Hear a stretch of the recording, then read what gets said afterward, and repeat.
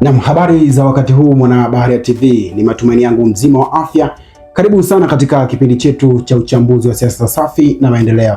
Hivi unatambua kwamba Rais wa Marekani Donald Trump ametoa masaa 48 kwa Iran kuhusu mlango wa Hormuz ufunguliwe ili huduma zianze kupitishwa. Sasa Rais wa Marekani Donald Trump amezungumza kwa vitisho. Wakati huo pia mijadala mingi imeendelea kuibuka kwenye mitandao ya kijamii na hasa kwa mataifa mbalimbali.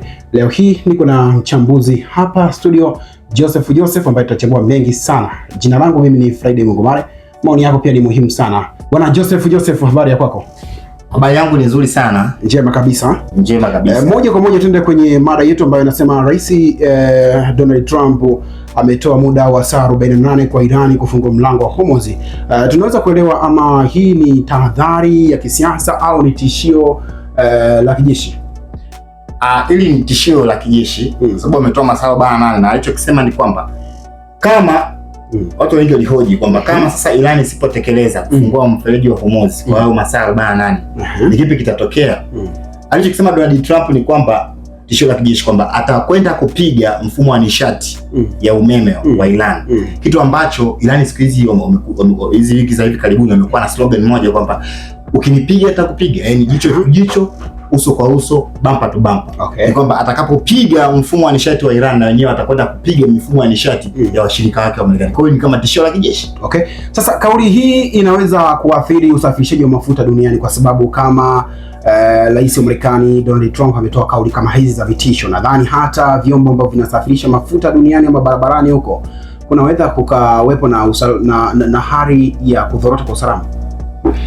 Anachofanya Donald Trump sasa hivi ni kama mtu mchukua mfano unajitekenya afu unacheka mwenyewe. Okay. Ni kwamba anajitekenya afu anacheka mwenyewe.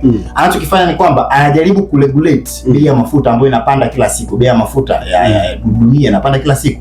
Kwa anachokifanya ni kwamba anapotoa hizo kauli zake, manake ana soft mind za wale madalali ambao wanaokoa mafuta ili waweze kupunguza bei ya mafuta, kwa kujua kwamba hivi karibuni suluhu ya bei ya mafuta itafanyaje, itapatikana, au suluhu ya kiwango cha mafuta duniani itafanyaje, itapatikana. Ndio anachokifanya. Sawa. Na wakati huo pia Rais wa Marekani Donald Trump ama niseme taifa la Iran bado halijaridhishwa kabisa na halijapenda kauli nzito ya Rais wa Marekani Donald Trump. Unadhani tunaweza tukategemea nini ambacho kinaweza kikaendelea kutokea mara baada ya kauli ya Rais wa Marekani Donald Trump? Ndio, baada ya kauli hii Iran haijaridhishwa, na uzuri wa Iran ni nchi ambayo yenyewe ukianzisha wenyewe wanamaliza, yani ukipiga wenyewe wanapiga. Ni kwamba alichokisema wenyewe wao kwamba kupitia wasemaji wao IRGC kwamba sisi kama atapiga mfumo wetu wa nishati na sisi tutapiga mfumo wa nishati wa washirika kama alivyofanya. Ukiangalia jana nadhani Marekani, Israel wamekana, Marekani ilipiga kinu cha nyuklia cha Iran. Walichokifanya Iran na wenyewe wakaenda wakapiga kinu cha nyuklia ambacho kinapatikana eneo fulani pale Israel cha nadhani jina lake limepotea kidogo, lakini hii inaonyesha kwamba Iran unapopiga na wenyewe wanafanyaje, wanapiga. Kwa hiyo hawajalizishwa kusema kwamba wenyewe wanasubiria kwamba reaction itakayochukuliwa na wenyewe watareact hivyo atakapofanya. Okay, Rais wa Marekani Donald Trump ametoa masaa 48 kwamba mlango wa Hormuz ufunguliwe. Unadhani mlango huu, endapo masaa 48 yatapita mlango huu haujafunguliwa, nini tunatarajia kinaweza kikatokea hasa kwa pande zote mbili?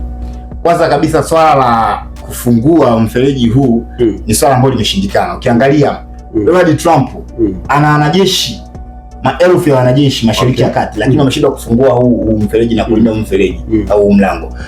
Lakini pia hivi karibuni tulipata taarifa kwamba aliagiza wanajeshi, maelfu ya wanajeshi kuja.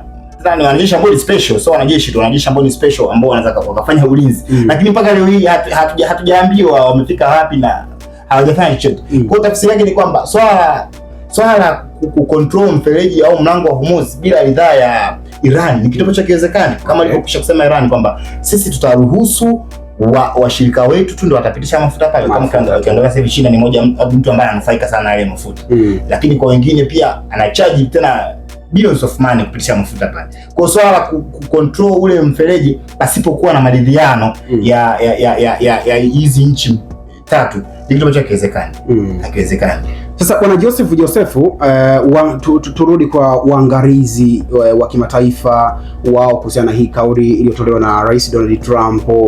Wao wanaichukulia jama, wanahisi haiwezi kuongeza mvutano? mvutano unaweza kuongezeka. Mfano ukifuatilia kuna wachambuzi mbalimbali ambao wanachambua haya maswala kutokea vyombo mbalimbali kupitia DW Bonn, kupitia BBC.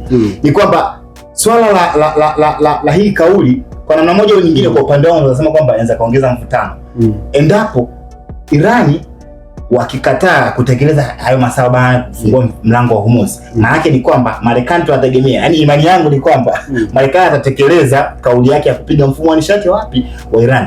Na ambacho tunakitegemea ni kwamba kama alivyosema Irani uso kwa uso kwamba Iran na wenyewe wao watakwenda kupiga mifumo ya nishati ya washirika wa hizi nchi kama Saudi Arabia na UAE. Ni nchi ambazo kwa hivi sasa zimekaa kimya, lakini kwa namna moja nyingine wanajitahidi kusema kwamba wanalani mashambulizi ya Iran. Kwa kama hichi kitu kitafanyika, maana yake ni kwamba mzozo utakuwa. Kwa kuna hati sasa kile kitu ambacho kinasubiriwa kwa muda mrefu kwamba je, hizi nchi za Mashariki ya Kati zitaingia kwenye mzozo, kwa sababu huu ni mtego wao kuingia kwenye mzozo. Kwa kama itatokea hii, huenda huu mtego sasa ukawarapua ukawaingiza kwenye mzozo na mzozo utakuwa mkubwa. Okay, Bwana Joseph, kabla hatujaweka nukta katika uchambuzi wetu, nadhani tungefahamu kwamba ni hatua gani ambazo kwa jamii za kimataifa zinatakiwa kuchukua ili kukamilisha huu mzozo kwa upande wako kama mchambuzi. Hebu tuambie. Ukisikiliza na ukiangalia kinachoendelea sasa hivi ni kwamba kila mtu anapambana na hali yake. Yaani ukisema umsikilize rais wa Marekani anachokisema, maana yake utafeli, utakufa njaa. Yaani familia yako na watoto wako watakufa njaa. Maana yake nazungumzia rais, uongozi na hizi nchi za kimataifa na washirika wake. Maana yake ni kwamba kila mtu anapambana kwa nafasi yake. Ukiangalia mfano kuna kauli moja ilitolewa na Marekani kwamba hivi punde wanafikiria yani wanafikiria kutoa vikwazo ambavyo kama imewekea Iran kwenye biashara, especially wanalenga mafuta. Sasa kitu ambacho Iran walisema wenyewe hawana haja na kutolea hivyo vikwazo. Kwa maana yake ni kwamba yani kinachofanyika ni kwamba kila mtu sasa anabidi apambane kwa hali yake ili kuweza kufanyaje kuweka mambo sawa. Lakini kusubiria kwamba Marekani ije ifanye kwa ajili yako, maana yake utapotea sasa. Shukrani sana Bwana Joseph. Mtazamaji Bahari TV, huyo ni mchambuzi wetu Bwana Joseph ambaye tulikuwa naye hapa studio tukijadili kuhusiana na kauli ambayo imetolewa na Rais wa Marekani Donald Trump kuhusu masaa 48 ambayo ameyatoa kwa Irani kufunguliwa kwa mlango wa Hormuz ambao unapitisha mafuta kwa mataifa mbalimbali. Je, swali linabaki kwako wewe mtazamaji wa Bahari TV, maoni yako ni yapi kuhusiana na masaa 48 yaliyotolewa na Rais wa Marekani Donald Trump ili mlango wa Hormuz ufunguliwe? Na hapa ndipo tunaweka nukta na tamati katika kipindi chetu cha uchambuzi wa siasa safi na maendeleo, ambapo tulimulika katika Afrika Mashariki ya Kati. Ulikuwa na mimi Friday Mwangomare, pia nilikuwa na Bwana Joseph. Shukrani sana Joseph. Asante sana. Asante sana. Uwe na wakati mwema na siku njema mwana Bahari TV. Asante sana. Asante kwa kuifuatilia Bahari TV. Usisahau kulike, kusubscribe, kucomment na kushare.